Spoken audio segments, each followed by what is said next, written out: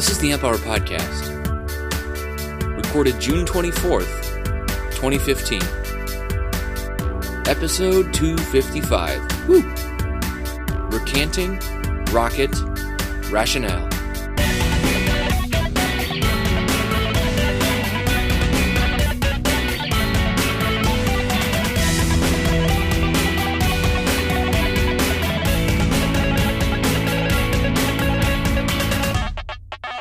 Welcome to the Amp Hour. I'm Dave Jones from the EEV blog. And I'm Chris Gamble of Contextual Electronics. He's on the road again. Can't wait to get on the road again. Yeah, man. Where are you today? Pasadena. Downtown Pasadena. Old Town Pasadena, but yeah. Old Town, right? Yeah, okay. Yeah. I was here 2 weeks ago. This is unusual for me. Right. Yeah. Our last show when it was just me and you, I was also in Pasadena. Oh, you're also that's right. Oh, jeez. Right. Like I remember every show. Yeah. But after that, they're all this is what I wanted to talk about a little bit today. After that, I got very lucky in that I got a tour of SpaceX, and then I got a tour of Northrop Grumman, and I didn't know they were in Pasadena. I thought SpaceX was in. They're in Hawthorne. California, somewhere. They're in Hawthorne. So they're like over by the LAX, like the airport. So sorry, Pasadena. I'm thinking Pasadena's on the bloody East Coast somewhere. Right, no, silly me. Oh, you thought it was like inland? Like Pasadena? Right, yeah. Oh, I thought no. Pasadena was like... No, Pasadena's like Redneck kind of... Central or something. No, it's not. Right. It's like, okay. It's like a little bit... east of Hollywood, northeast of Hollywood. Okay. So, yeah. Right. Oh, I've probably driven through there. Yeah, it's really nice. That's where the Rose Bowl parade is, if people know the Rose Bowl. So it's beautiful up there. I like it. But cool. So I got to basically I kind of synced it up so that it was the end of my trip. So I was going to the airport and got to go tour SpaceX and then also Northrop, and they were both Space. Pigs in space. Engineers in space. Oh goodness. Yeah. So, what did you see? Lots of rockets and in parts, and or was it just people sitting in? No. So this is like a standard tour they do, and so it's actually production floor. Right. Okay. They don't let you around the computers and the sensitive bits stuff. And bobs. Yep. Right. And it's all roped off too, so it's just for safety's sake. Right. But yeah, I mean, you get to see like they have one of the old capsules like up with all the burn marks on it, like up above the entranceway, and then like you can peer in like. And there was just I think they have shifts going around the clock, but like they had people wiring up these crazy ass. Radios harnesses and harnesses, crazy stuff. Yeah. And so it was, and so Brent, one of the engineers there, was walking me around as well, and I was introduced by one of our, I think Brent listens, but one of the other listeners of the show introduced me and got a tour from him, and that was great. And and so get to hear a little bit more about like kind of like I was asking about the electronics and stuff like that, and he couldn't tell me a ton of stuff, but just kind of like what the riggers are, and it's just like I can't even imagine that stuff. And that's what I told him. I'm like I don't think I could do it. Like it's just there's so many mission critical things, and they're specifically they're moving so fast on their stuff. Oh yeah, I know, it's incredible. It sounds like it's crazy hours, but it's super rewarding, I'm sure. But man, it's just like. I can only imagine how high pressure it is, and so totally. my hat's off to all the folks there, regardless of what they're working on. So you do not work at any Elon Musk company unless you're into the mission, probably, right? Yeah, probably young. It helps if you're young and single. Let's put it that way. Yeah, right, and I mean, like it's space, and you can learn a ton, right? But like, man. Just like the constraints you have, and like redundancies, all that kind of stuff, really interesting too. Well, it depends on what sort of stuff you're working on. If you're just an electronics engineer working on some little bloody system, some module somewhere, you're not going to get involved in the, the whole system design of how all the rockets work and everything else. It's sort of you'd have to talk to people in the during your lunch hour. You'd have to go sit down with the rocket guy. Oh, there's the rocket table over there in the cafeteria. Let's go sit down with those rocket guys and, and talk shop. Get out of here, nerd. You don't work on rockets. You lowly electronics engineer. We're rocket scientists. Bugger off. No, I don't know. I think all that stuff still. I mean, like it's everything's mission critical, right? You can't. It's not like you're just carrying extra electronics, exactly. and so you got to reduce weight and all that stuff too. And there's a lot of temperature variation and stuff like that. Everything about it. I mean, I'm sure that's just very interesting design challenges. Incredible. And I've read a lot of books on like the Apollo era and stuff like that, and one of the things that sticks out to me is like how did they do it? How did they? It's got millions of different things that could have gone wrong. Yeah. Right. And one of the astronauts wrote the book, and he was just at night one time he was just climbing up the tower to go inspect the rocket, give it a bit of a kick, to make sure it's okay, as pilots do. Right, and he was, and he met an engineer there. He's working at 2 a.m. in the morning. He said, "Hey, what are you working for?" "Oh, I want to make sure this is right. I'm just double checking." And he goes, that's it. Like, and the engineer or the tech, it was just a tech or something. And he said, "If this thing fails, it won't be because of me." That's right. And like, and the astronaut said everyone he met had the same attitude. Yeah. If this thing fails, it's not because of me. I didn't cut corners. I didn't assume stuff. I tested it, double checked it, triple checked it. That's why we got to the moon. It's right. like, Exactly. Of course. Yeah. Otherwise, there's just so much crap to go wrong. I feel like I would be remiss if I didn't mention my past confession about space, right? Where I said like it's kind of boring, I don't understand it, rockets, all that stuff. And coming around, are you? No, that was kind of hasty, anyways. But like, I just didn't understand what goes into this stuff. Like, but like, it's like the subsystems have subsystems, that kind of thing. Like, I didn't understand where the interesting challenges would be, and I think that this is good because it, like just thinking about like all the radios you need, like that alone is a huge task, right? And then the telemetry, the sensors, like all of that stuff that I think about. They have their own groups. They have their own design groups. Each subgroup has a subgroup of working on some submodule. Right, exactly. And I didn't quite understand. I mean, obviously, I didn't understand that. So. Like I look at a rocket, and I'm like, well, it's just like propellant, but it's like, come on, Chris, that's stupid. Like, it's like propellant, but it's exploding and it's sending something into the atmosphere. Like that's the that's so. Yeah, and it's got to have a live guidance computer, as I did. From France, sent me part of the Apollo guidance computer. Yeah. That was like one of the world's most advanced computers in its own right, just to work for 50 seconds to get the rocket stable and up in the air. Yeah. Right, they had to develop one of the. A leading-edge real-time computer to take all the sensor inputs and keep that rocket, pointed up. Yeah. It's unbelievable. Yeah. And like, of course, I'm like that I was just kind of ignorant on that stuff, and now that I've seen it, it's amazing, right? And so it's kind of triggered some new things. I'm not going to go work at SpaceX because, well, I can't. Right.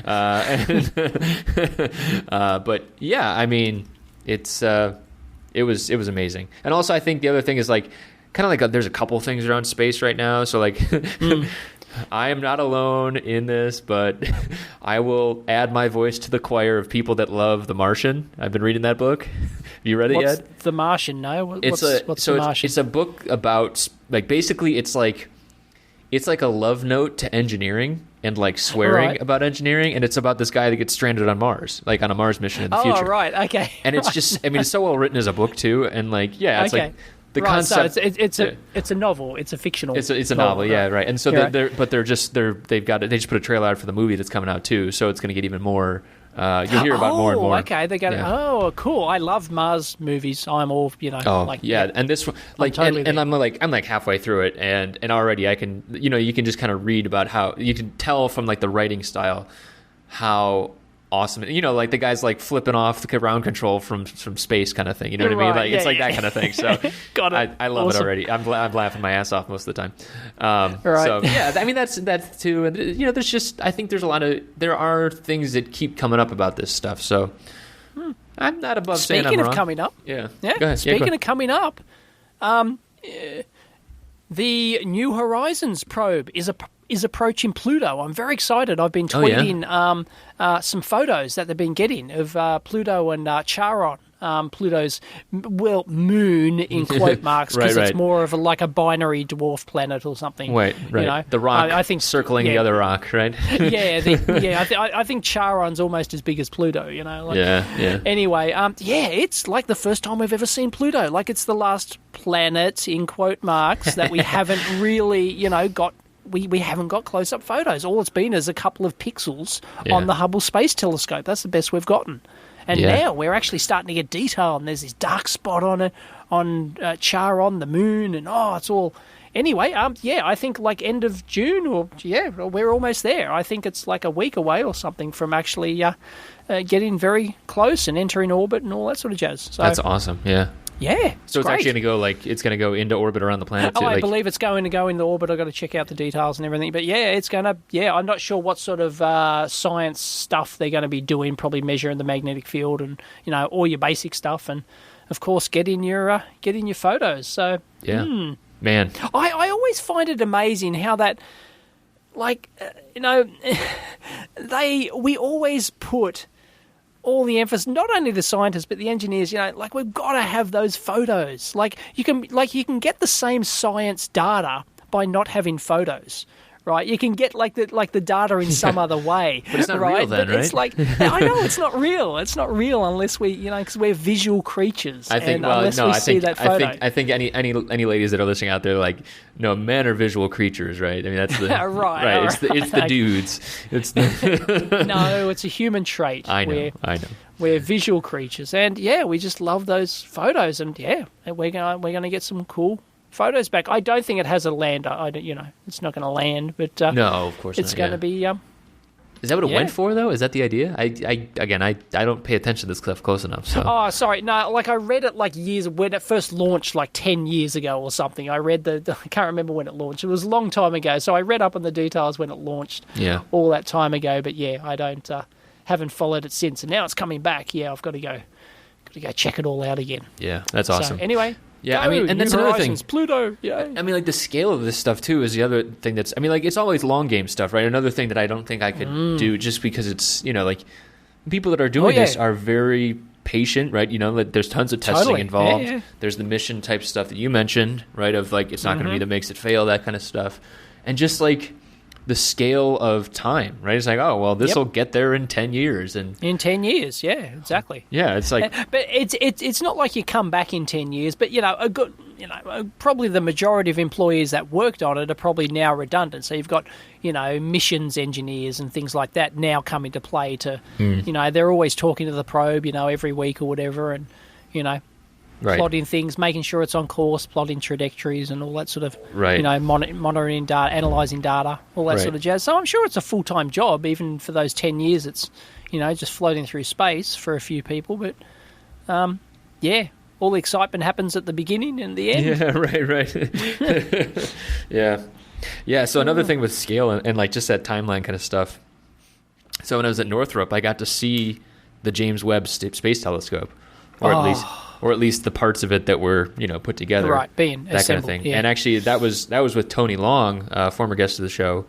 He was nice enough to give me a tour, and I got a little pin with some, a little mission pin thingy, but not a mission pin, but right. And just like the scale, like that one gave me the kind of the weight.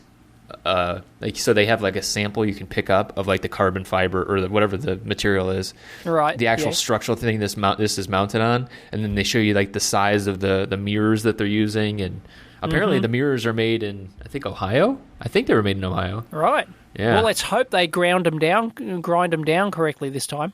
Oh, that's right, because that's the Hubble. The Hubble had it wrong, right? The Hubble, yep. No, that wasn't it the lens or something? Oops. Was it the mirrors or the lens? It was the mirrors. They put a lens on it to correct it, I believe. Ah, okay.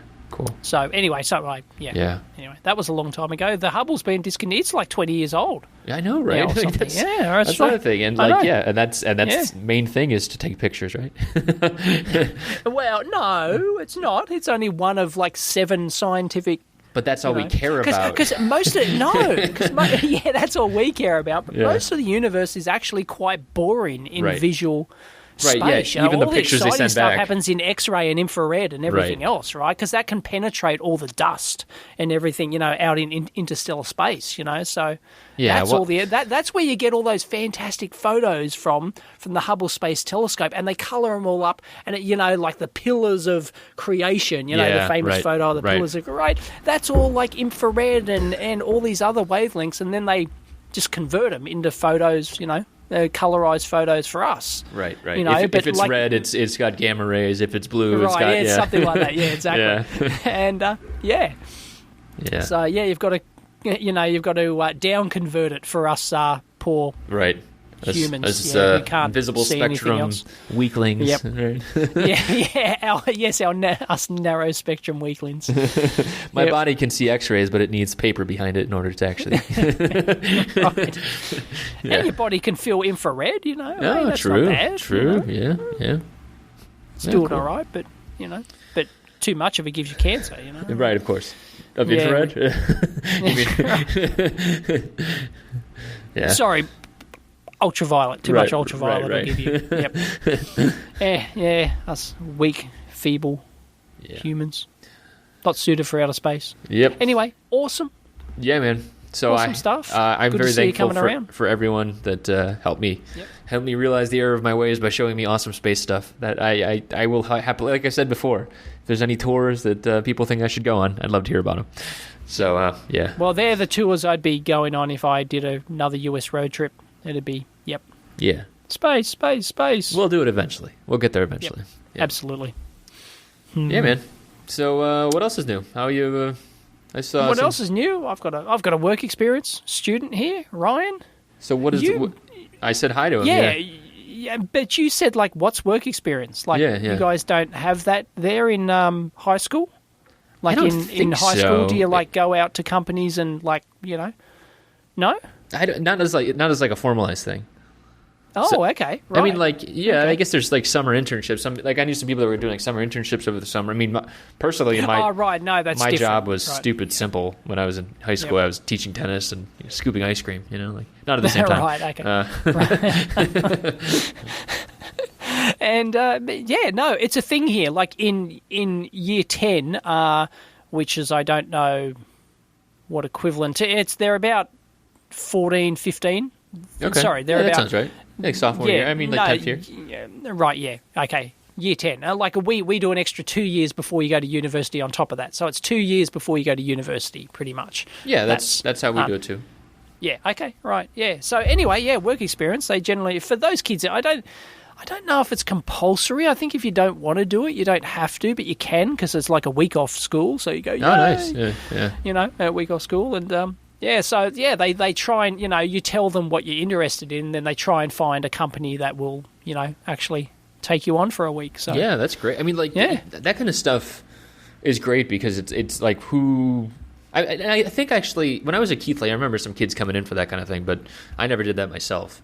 right, yeah, And it's great though. I mean, like, even if it's just getting a flavor, like, you know, that's the whole idea. You know, it's a week. You spend a week, you know, and they just, you know, sit there and watch you, and you know. Well, yeah, the only downside is like, what if you guess wrong? You know, like, I mean, not like it's like you're choosing your future there, but it's Right. almost like you want like a smorgasbord of like, you know, like I want to follow an you do. accountant That's- and I want to follow an engineer. You only.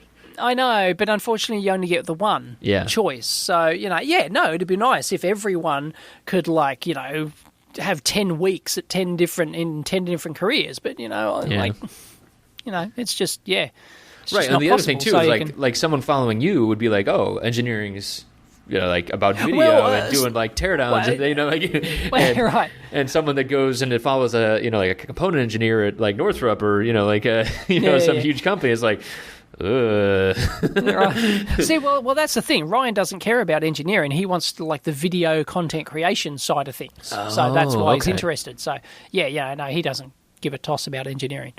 So no, he's here. Yes, he's here because I'm a full-time YouTuber, and he I wants see. to get into the content creation that's cool. side Okay. of things. So yeah, video stuff, and it was quite rare. He was one of the few I met who actually seemed remotely interested in content creation. Like I actually went to their school careers day. Actually, this is where like they got in a whole bunch of people from all these different careers, right? So there's one from the military, there's one from, there's scientists, there's engineers like me, there's content creators like me, So, and you get like 5 minutes to talk to each group of students, so you go around a different table and so you'd meet them all. And unfortunately, you only had 5 minutes, and of course, I can't say hello in 5 minutes. But I got, yes, we all know that. Anyway, so I'm trying to convince them. You need to create content. It's it's wonderful. You can go do it, and you can make a career out of it. And and they're sitting there like, yeah,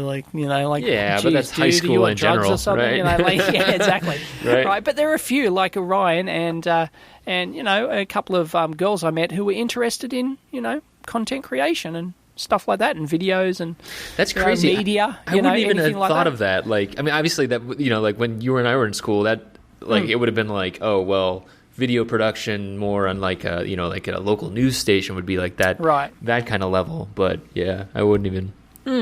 They wouldn't have It'd that. It'd be journalist, right? It'd be journalist or something. Yeah. I think I met one Dave kid Jones, who was interested. Journalist. Journalist.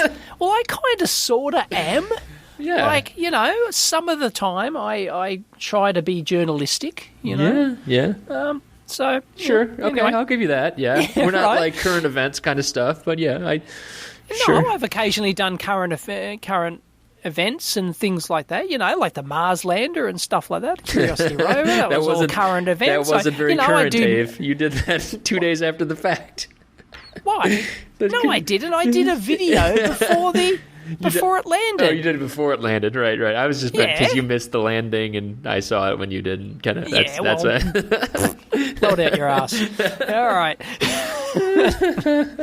Stop! He always keeps reminding me of that bastard. And so anyway, I'm so went around the tables for all these kids, and some were hard to I think I'm a pretty motivating guy. I'm excited, like watching some of the other. Hello, I'm a scientist. Please ask me about science. Does anyone have any questions? Yeah. And it's like, oh God, that's not the way to engage kids, Yeah, I wouldn't. I don't know how to engage adults, so let alone kids. Right. Okay. Well, I'm the Steve Irwin of engineering, right? So of course, I get in there, like I come in super excited, They're probably scared of you, and like I scare a few, like holy shit, like some of them wake up from their sleep, they're like drugged out at the table, and whoa, and they wake up because there's this energetic guy who's just sat down with them and starts yapping on.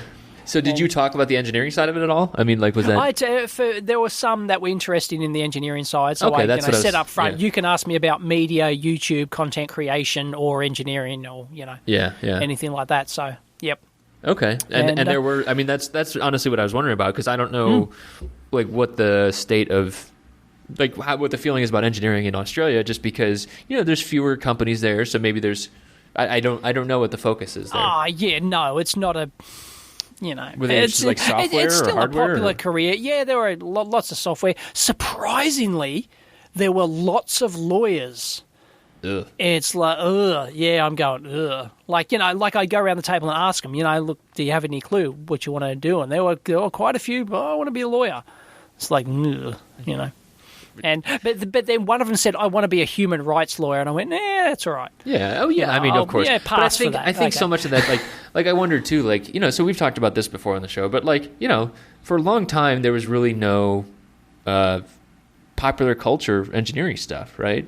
I mean... Right. Well, go ahead. Yeah, what was it? I mean, like... True. No, there was Mythbusters, maybe, but not really engineering. Come on, that's recent, right? That's like the last 10 years, Yeah, right? 10 years, sure, Yeah, okay, so 20 years ago, maybe what, like, whenever, what, it was $6 Million Man, maybe? I don't know, right. I don't know what the popular culture references would have been, right? They don't... Yeah, right. I don't know. Here on Australian TV, for example, we had a science show, like you probably had, Bill Nye the Science Guy, right? Yeah, which is and now on things Netflix. Like that. Yeah, right. Yeah. Okay, but that's like science, right? It's not so much, engineering as such. But now, we sort of do have engineering with the Mythbusters and you got Mythbusters, other, you got Junkyard Wars and right. shows like that. And my favorite example these days is Iron Man. To be honest, I mean, like that is the one. Totally. Yeah. So, and now The And, Martian will be another one for sure. I mean, Right. like he's a mechanical engineer. That's going to be. So what are we saying that reality TV shows have been good? Some good has come from reality TV shows like Mythbusters and Junkyard Wars and everything else. Maybe. That I mean, they're showing a lot more varied content, because here there's so many cooking reality shows and everyone wants to be a cook now, Yeah. and like a chef, right? And there's so many, home improvement, renovation shows, so everyone wants to be a home renovator contractor now, and, or something, or right. something like that, Yeah. But these things weren't on television 20 years ago. That's what I'm saying. There was no reality TV. Right. There was no such thing as this variety of content. Yeah, It just I mean, didn't and exist. that has its own effects though too, right? Because it's so much more diverse now, right? There's the cable Right. channels that are just Yep. like super wide and broad, and so that allows that other Right. content to happen. But then it also means there's fewer people watching it. It's like it's not the same as if 30, 40 years ago, if there was an engineering show on ABC or something like that, or ABC here, sorry, not Yep. ABC there, like a network channel, that kind of thing. So. Yeah, I mean, I think no matter what, like even just getting the name out there, just like the engineer, like some people know they want to like make stuff, right? But a lot of times Right. they don't know what the name of it is, right? Or they might know Yep. they like science, but they want to do the application of it versus more the Right. calculation, the research kind of stuff. So Well, because herein lies the problem with engineering, is that engineering is hard, right? Engineering takes time, sure, right? It takes us, it can take us weeks to lay out a board, let alone design the thing and do everything else, right? Yeah. Like, engineering takes time, and that doesn't make for good reality television. So you've got to blow right. shit up like the Mythbusters. You have to, like, not show them building stuff. Right, You right, show, right. like, a 2-second clip of them welding something, but they don't realise, it took them a week to build that thing. Yeah. Well, that's like when Joe was on the show. Joe Grand, he talked about that stuff. That's right. And the challenges. He did talk about that. Yeah. And there's the camera crew coming in, watching them going, when are you going to do something interesting? And he's there soldering, and he's going, but this is interesting, soldering. Right, Come on, right. film it. And they're going, Right. no, that's boring as batshit. Right. We're not filming that. I think Like, honestly, and- one of the big enablers of the future is going to be like future interest in the space and that kind of thing is going to be YouTube. To be honest, like Right, yep. you may have more influence than you think, Dave. It's no, dangerous. totally. Yeah, Yeah, I know. And so it's going to be like the related content Yeah. engine from Google. Will that'll be interesting kind of stuff, and it's just a matter of trying to just cast a broad net there. And I think that a lot of the stuff that already exists like that, like your channel, but also like Ben and all the other people like Jerry, everybody we've had on that from the YouTube side of things, right? Alan, right? Yep. Alan just put out this bucking Bronco diode video. Just anything where it's. But especially the stuff that reaches out with like other references, right? So like Ben's video. Do you see Ben's video about the record? The needle? The record needle. Yeah, great. Like that was perfect, right? I mean, like that got spread Right. all over the web, and like you Yep. never know who that's going to hit, and then they'll be like, I want to do what he's doing, because exactly. I think that every time I see Ben's videos, I know, yeah, they're awesome. Yeah, it's like science sort of has that effect. Engineering, unfortunately, it's not nearly as exciting to Joe Average. Unfortunately, like look, I made these lights flash, and it's like, yeah, well, so what? But I mean, people but like you and like like Adafruits and the Spark Funds of the world and everything like that too. Like that stuff's out there. But I know it's out there, but it's just it's not as exciting as some of that sciencey stuff. It's not as wow. But I know Ben calls the his channel interesting- applied science, but it is engineering. Yeah. Come on, man. He's just yeah, very it is, experimental but it's, in his engineering. It's experimental science and engineering. Yeah. It's like applied it's more science. It's more science. It's applied. Exactly. It's good using Yeah, but it's not so much engineering. Like he uses engineering solutions to demonstrate the science. That's like if you watch his video on that needle groove thing, all the effort he went to actually design a jig to actually get the correct shot he wanted and all that sort of stuff. That's where all the effort was. Yeah. So, and it was interesting what you mentioned before about how people YouTube and all that sort of thing. Like I constantly get this, right? I tell people ask me, what do I do for a living now, and I go, I make YouTube videos. and their eyes light up and they go, oh, wow, like they're really interested in it, and they know somebody. I just had a guy here in the lab just installing a new intercom system, right? And he looked around, what do you do? Like, I make engineering YouTube videos. Oh, fantastic. I want to check out channel. I know this other guy. I know there's 2 other people who are making YouTube videos, and I kind of want to do it myself. I'm into music and stuff like that, but, I don't have I don't put all the effort into it to be successful enough, and, all that sort of stuff. People are really interested in this sort of thing. So, yeah, right. Whereas before I said I'm an electronics design engineer, like their eyes just roll back in their head. Yeah, right, okay. Right, next, right, right. Like that's why I did a video on that, a drive time rant.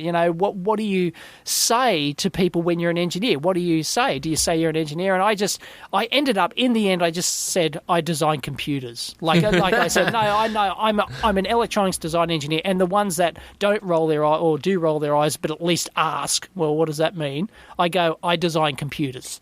That's like, and then they go, oh, okay, right, I understand that, right. Right. Next subject. End of conversation, right? Yep. End of conversation. Yeah. Exactly. So you've got to have something like that, but See, but I think that a lot when you say I make YouTube videos, people have questions. Oh yeah.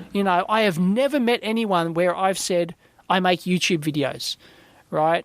And, like, I don't even say, like, I'm an engineer who makes videos, right? Because that means nothing to them. I just say, I make YouTube videos. Yeah. And every single person, without fail, starts hitting me up with questions. Yeah, I think probably because there's that inherent, so like, unusual. oh, well, I understand YouTube, and I see there must be money involved. Yep.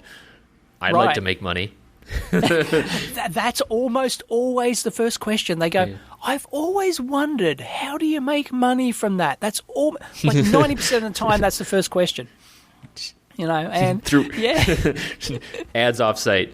Ads offsite. Yeah, right. I keep saying, yep, I wouldn't be full time if I was just relying on the YouTube income. The next time you say this, because this is actually somewhat accurate, right? You should say, instead of saying I make YouTube videos, you should do A/B testing here, right? You can hear my exposure to web people coming through. You should say to one group, you should say I make YouTube videos, and the other group you should say I'm a community manager and a content producer, and see if they do the same thing. Because I'm guessing it. Yeah, I mean, it's probably like you said. It is. Yeah, it's the recognition, the name recognition stuff. It's the YouTube thing. Yeah, like like if I said I make videos, I just make videos. They'll assume that I make wedding videos. I'm a videographer, right? And I film people's weddings and shit. Yeah, right? Man, we got the gear for it. You could totally do it now. Oh God, only thing worse than filming a wedding is trying to film children. Right. Being a child photographer. Right. Yep. Anyway, it wouldn't be met with the same reaction. It's totally that brand thing. People know YouTube. So, Yeah. And they've always got questions. I love it. It's just totally changed my life, I swear. It used to be boring before. I used to dread people asking me, what do you do for a living? Now it's like, ask me, go on, please. Yeah. Yep, it's good. Cool, man. One of the perks. So, there you go. What else is new? You building any electronics these days? I'm still working on my side project. It's happening. Side project? Okay. Yep. It's getting to the point where, like in the next day or two, manufacturers coming back. And hey, that's great. That's great. Any issues with the build and stuff like that? I think we mentioned this the other week. I had to take it by the horns. I had to take the bull by the horns because it was going in a direction that, was kind of expected if you let them run it. Yeah. Because they're used to producing this product and they're just going to produce the same stuff they've always produced. Right. So I had to take the bull by the horns. Right. Well, then there's added cost from doing a custom effectively, right? They thought they're going to quote you a standard issue. They came back with a Rolls-Royce product and a Rolls-Royce price, right? Yep. And I had to go, well, let's take a step back and see where the costs are being added in. And, I had to prune it back and I had to go to the data. I had to go to the chipset data sheets and, do all sorts of things and, and figure out the, hey, I think we can do this for free. if we do it this way? You know, it doesn't really add any extra costs, you know, to add this feature.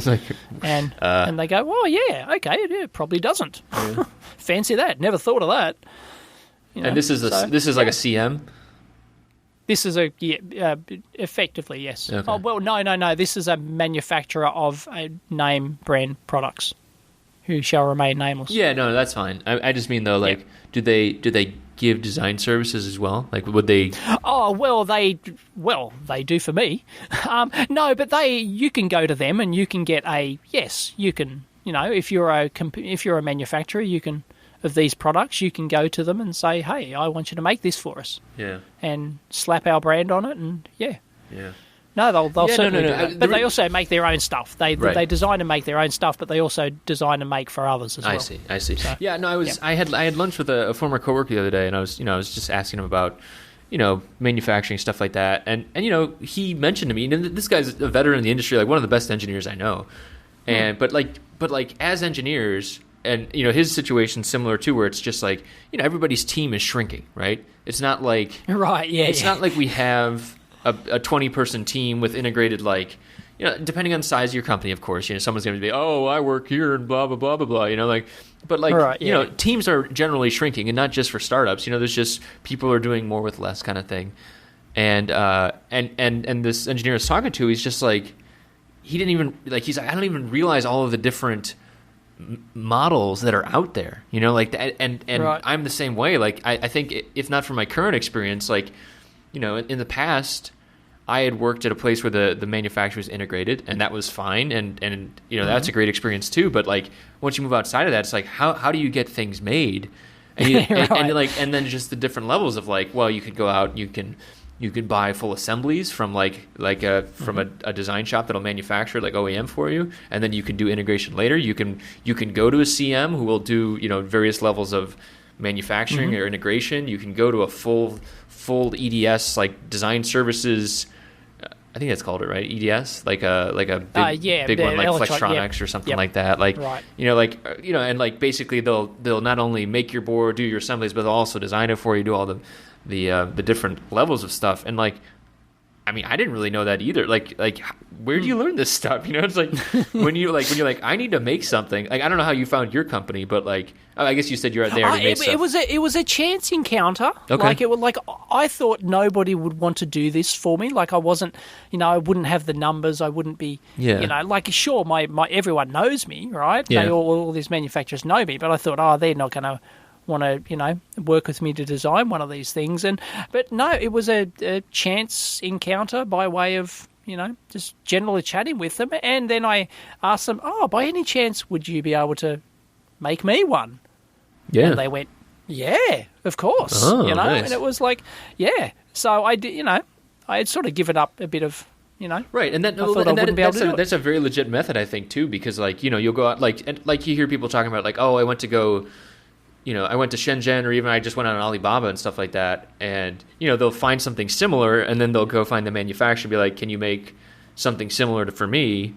And that's how people find stuff as well. But if you really want to differentiate, or if you need to start from scratch, if you're making something where no one else is making it, it's like, whoa. Yep. A lot of people don't know. You know, like, how do you where you go to, and it can be, that kind of stuff can be scary. So. Yeah. That's it. I mean, like, you know, if I was really driven, if I went, I really want to design and manufacture my own one of these, but I need a big player to do it, you know, otherwise it's just, you know, it's just too hard. Yeah. Right. It's, you know, I need the people who've done this before. Right. So, you know, if I really was driven to do it, I could have found, you know, somebody to do it. Right. But, yeah. Right. You know. Well, but you at least started it with the assumption that you wouldn't have to start from scratch, right? Yes, yeah, that's right. Because if you were starting from scratch, then it's like, okay, well, I'm going to design the electronics first and get that cost down, because then you know that there's some kind of huge cost adder from, you know, assemblies and mechanical and all the other stuff that goes along. And then I want to try to do it all myself, and then I need the tooling, and then I need an industrial designer to design the case and the, and everything else custom. It's like, like Yuck. it's horrible, right? Yeah, yeah, right. no, it's a huge task. Yeah. Right, to do all this yourself. So, yeah, you just go to somebody who already does it Yep. on a daily basis, Right. Too easy. And you might end up giving up some of the control in terms of like what your constraints Of are, course. but then it's you not also know perfect. the constraints and it's a better characterized problem. So that part's actually really nice. And because I think, Well, yeah, go ahead.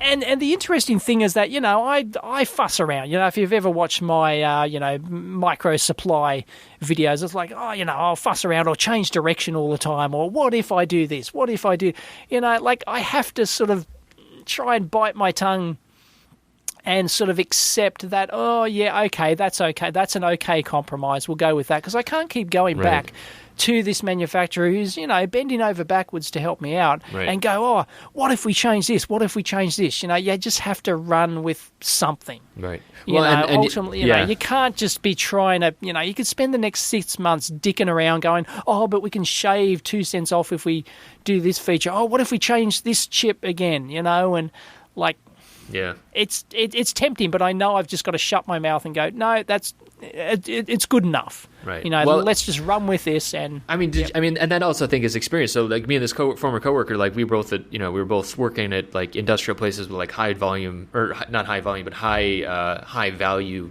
products, right? So like that's something where you don't necessarily think about every single piece cost. Whereas if you go into like a consumer or high volume thing, you need to start considering that stuff. And like you came from Altium where you had a bunch of freedom, right? And then your military stuff before that. The military stuff, it was, you didn't care about component cost. Right. It's about performance only. There were a few cases where we made a couple of 100,000 boards and then we tried to save a few cents here and there. But, no, it's not consumer. Right. But it wasn't like super it wasn't time limited like a lot of designs are, right? Like that's changed a lot too. Right? We have project dates. We're a contractor. We're a military contractor, and we've got a contract from the Navy, and we've got to we promise this date. We have to produce. We have to show this milestone by this date. Oh, you're saying that was the case? Oh, okay. I was thinking more. It was. Okay. It was. Yeah. I see. Well, that's a nice forcing function. I mean, like oftentimes, like I find myself, especially for like contextual electronics stuff, like when you don't have hard deadlines, it's tough. Like you need. I think you and I have talked about this before, where it's like we have.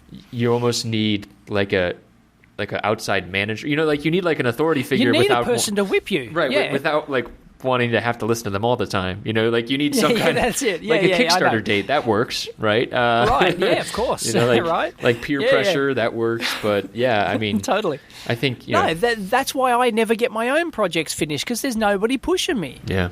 And it just never happens. Whereas this company I'm dealing with, right? They up front they gave me a Gantt chart pretty quick. Like here's what we're going to do. Here are the months. Oh shit! We're already behind. Right, so Dave, don't I better not dick around. Right. Don't dick around. Fussing over details. Let's just get this done. And that's another interesting thing about like that going from internal manufacturing to external manufacturing. That was another thing that I really struggled with, where it's like.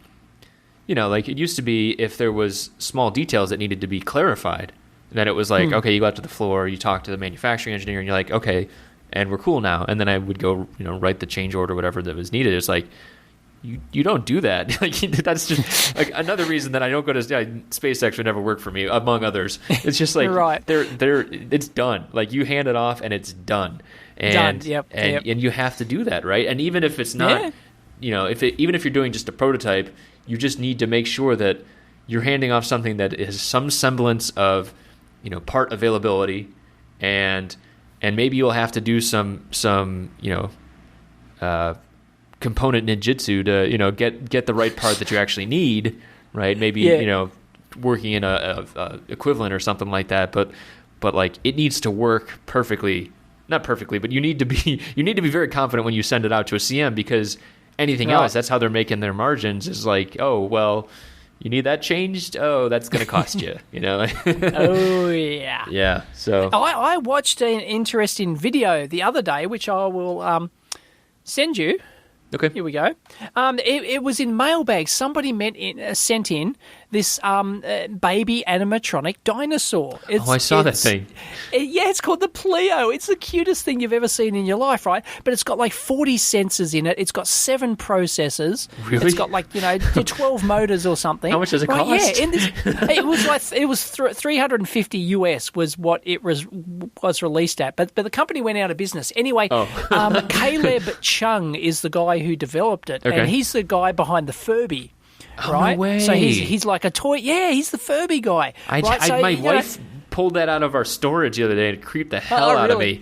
Ugh. Yeah. So anyway, there's some backstory in this video of how he designed the Furby and things like that. But ultimately, what he was getting to is how he, started this new company to do this Pleo, the animatronic dinosaur, right? And all the stuff and how it, investors and the pressure. And he showed all his prototypes and everything and how he, back in the day, they didn't have 3D printers. So they had to, all do it by hand or something. And, Oh, yeah, they would do clay models or foam models. Yeah, clay models and things like that. And they do all that sort of thing. And how it cost $10 million to develop this animatronic dinosaur, Seriously?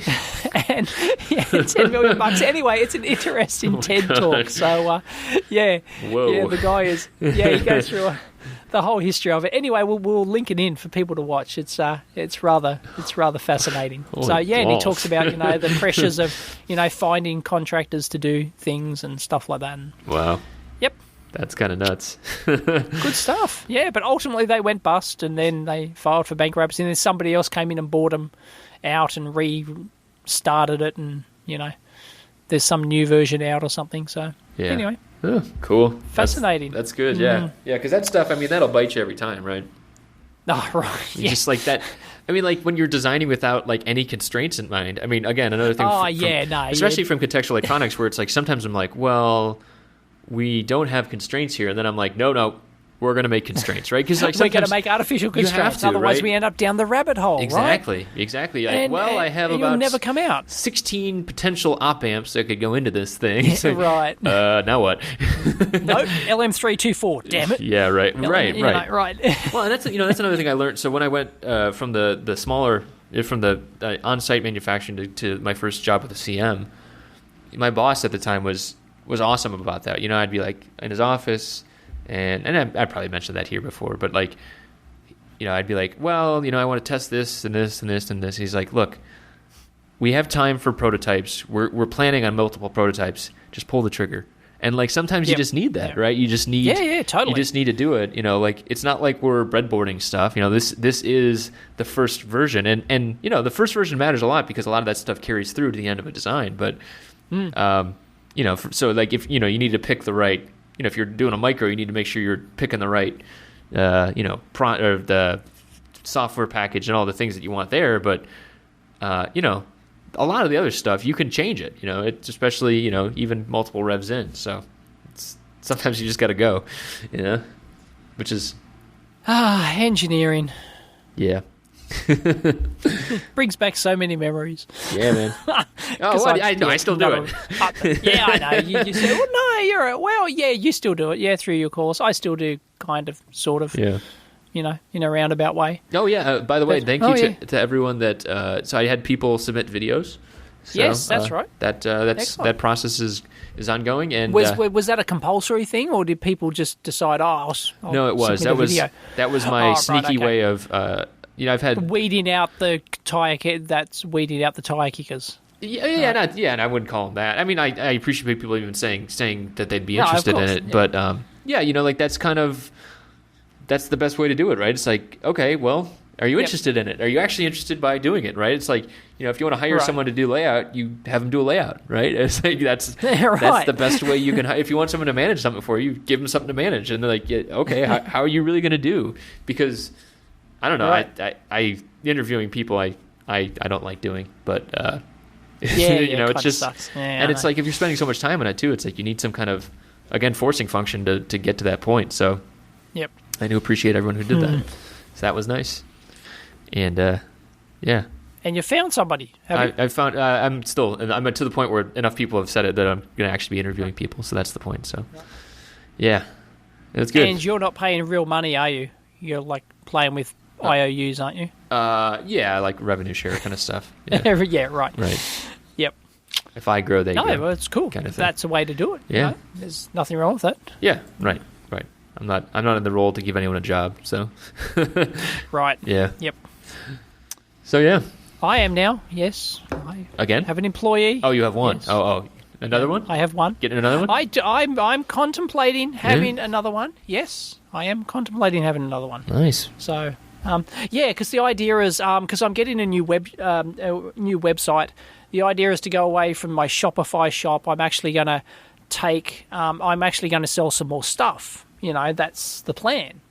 Yeah.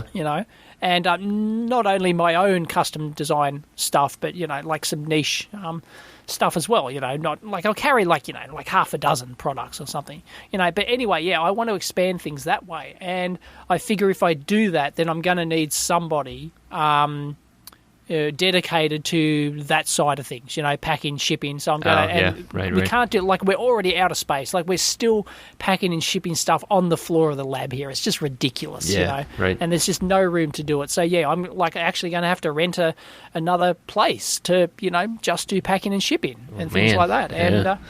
And a lot of people are probably screaming, why don't you just, set up a shop and then just, outsource everything, and it's like, let's not go down that channel. Right, no. It's because then you're not creating a business. You're just capitalizing on your audience, like you're not actually building, you're not creating anything. You're not hiring people, you're not creating jobs, you're not, doing something. You're just a reshipper, like you're just right. I see. Like, oh no, that's not the term, but you're using you're not doing anything yourself. All you did is set up a website and it just runs itself, and like that's Yeah, it might be good for revenue generation, but that's not really what you're in it for.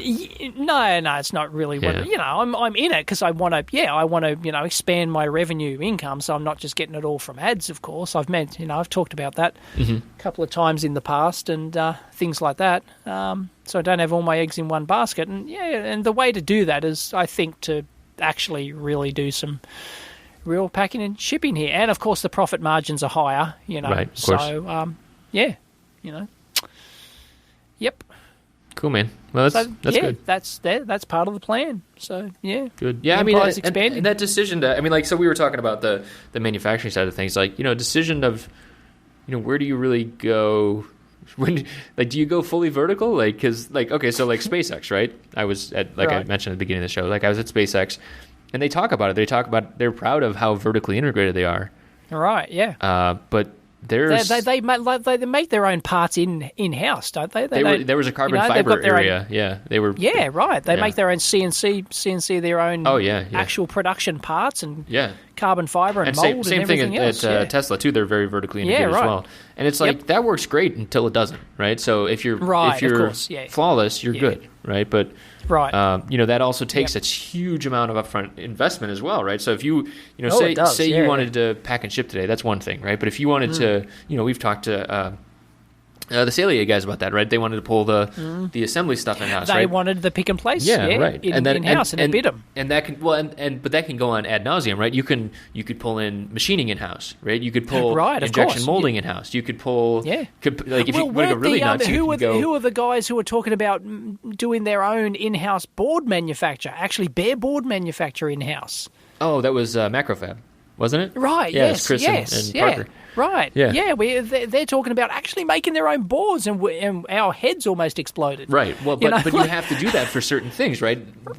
That's when you encounter the constraints of an external system. When you say, okay, I need something faster than anyone else can give it to me, or more than it will cost to get them to give it to me. I need a greater profit margin. Right. Yeah, I need to make a couple more dollars. Right. And as you said, it works great when you're running, smelling like roses, right? But if there's a downturn and you're left holding the bag with all these vertically integrated employees, right? Oh, it's not even just that. I mean, think about okay, so say it worked out well for Salia, right? I mean, and I wish it had.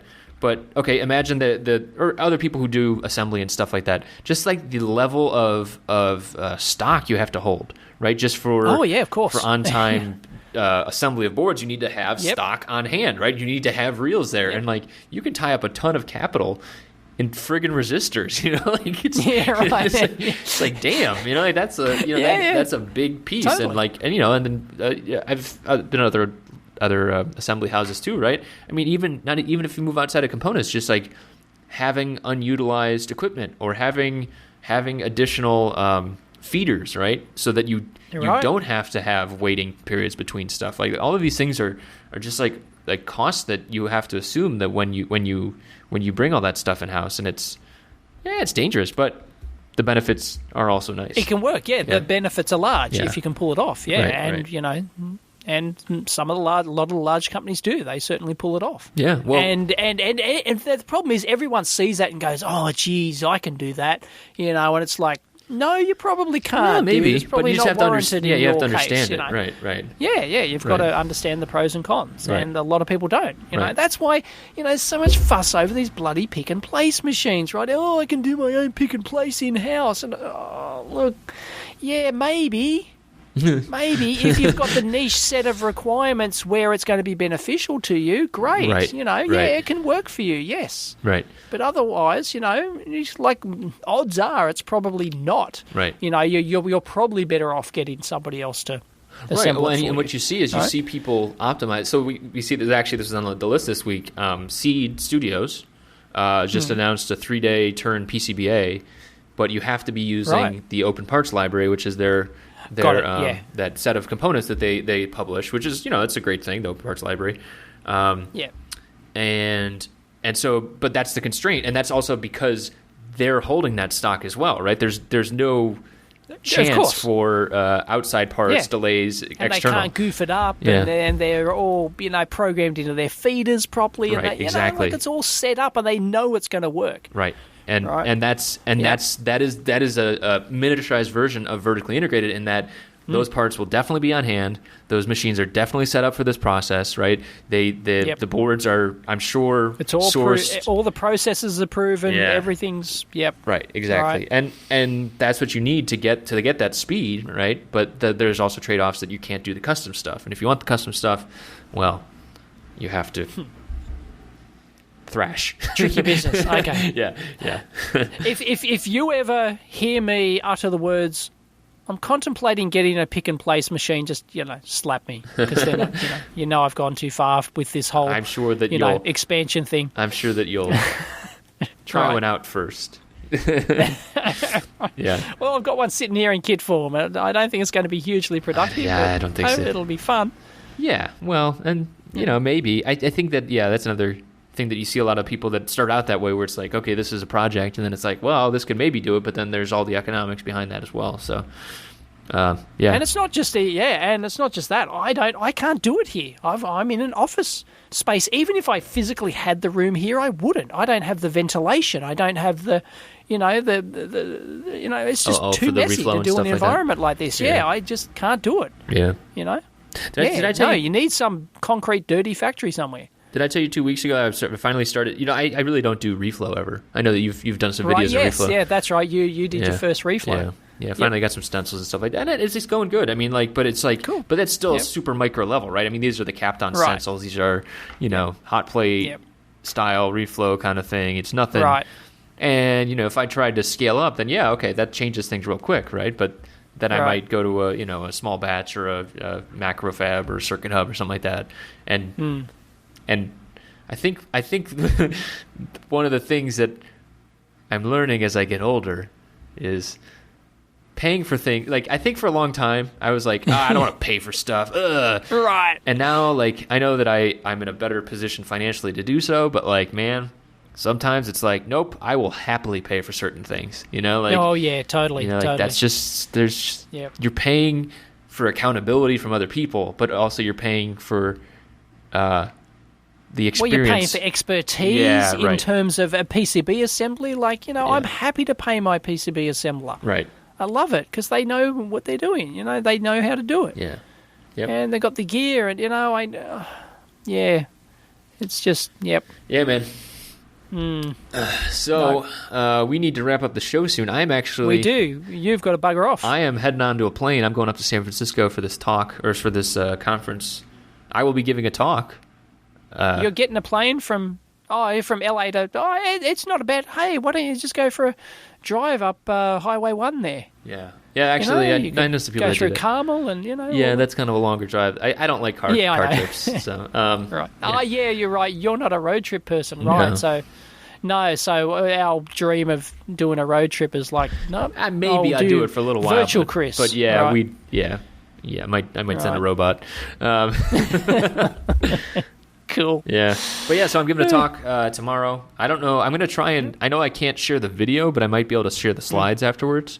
So I'll try and do that. Cool. It's just about, data. Yep. Finding parts. Data. Right.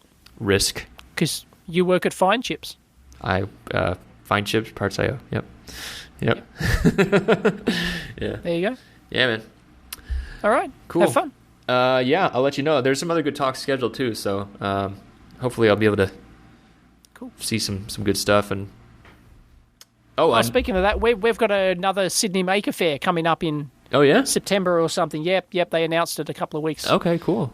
Well, they haven't formally asked for people to get stands and things yet, but it's going to be very shortly. So, looking forward to that. Yeah, that'll be good again. Excellent. Cool. Yeah. All right, man. All right. Well, catch you next time. Yeah. Oh, by the way, this is 255. We should at least say that, right? Oh, is this episode 255? This is 255, but as people pointed out, we started on 1. We did not start at 0. Yeah, but. But the guest will next week, so. Yeah. Hopefully. Anyway. Yeah. No, sorry. Yeah, like we wanted to do something special. We thought we'd do something special for 255, but it's like meh. This was special. In the end. Come on, man. It was. It's how we started, right? I love you, Chris. I love you too, Dave.